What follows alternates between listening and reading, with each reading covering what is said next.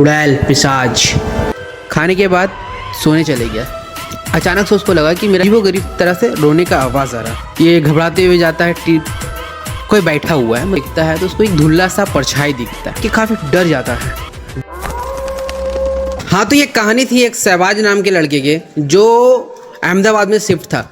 तो होता क्या है, मतलब पहले पार्ट में आप लोग देख चुके होंगे कि उस लड़के के साथ क्या हादसा होता है। तो वो तो उस दिन कुछ नहीं कर सकता था, लेकिन दूसरे दिन क्या होता उससे बुरा होने वाला था उसके साथ, उसको जिसका कोई खबर नहीं था।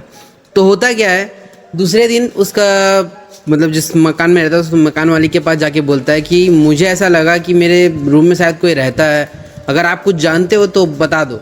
तो मकान में बोलता है बाबू ऐसा कोई बात नहीं है, तुम्हारे सिवा तुम्हारे रूम में कोई नहीं रहता। वो बोलता है नहीं मुझे ऐसा लगा।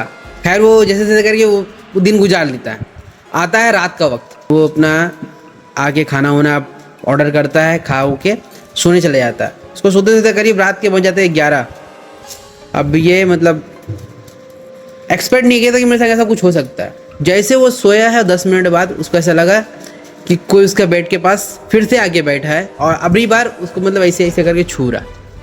वो घबरा गया कि कौन है भाई, रात बिरात मेरा घर में आ गया। जैसे आँख खोलता है तो आँख खोलते उसको कुछ दिखता नहीं है, लेकिन फील उसको होता है कि कोई मेरे को टच किया, कोई मुझे छुआ।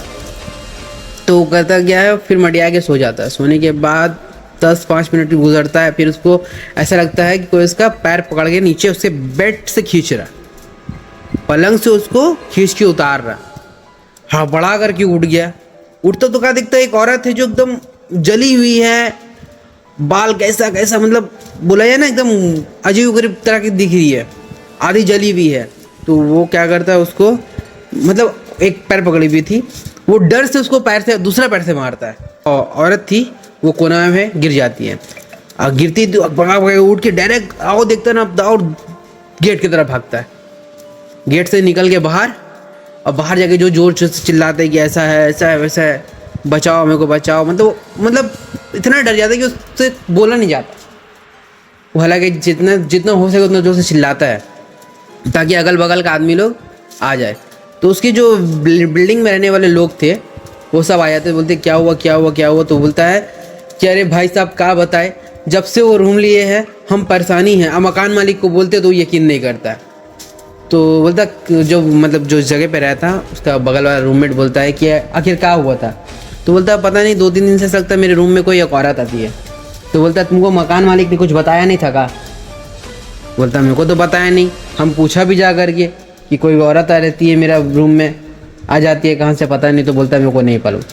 बोलता मकान मालिक तुमको बताया नहीं है, तुम्हारा आने से 2 साल पहले इस रूम में एक औरत रहा करती थी और उसका हस्बैंड से उससे हमेशा झगड़ा होता था। मतलब ऐसा कि मारा पीटी तक का नौबत आता था, हस्बैंड मारता था। तो एक रोज़ उसका हस्बैंड दारू पे के आके खूब मारा उसको। मारने के बाद दूसरा दिन सुबह हुआ वो फिर अपना बेवड़ा चले गया पीने। और उसके बाद रात के वक्त आता है उसका मर्द मतलब उसका हस्बैंड आता नहीं है रात में घर। क्या इसको हुआ था, इस औरत को क्या परेशानी हो गई थी, मतलब समझ लो तो दुखियारी तो थी। तो उस रात इसने ऐसा फैसला कर लिया जिसको नहीं करना चाहिए था। वो अपने आप को गैस में जला करके मतलब गैस सिलेंडर ऑन करके उसमें आग लगा दी। पूरा रूम में आग धर ली, उसका बॉडी में आग धर ली और वहीं पर जल के वो खत्म हो गई। उसका हस्बैंड तो था ही नहीं उधर पर, उस दिन वो आया ही नहीं था।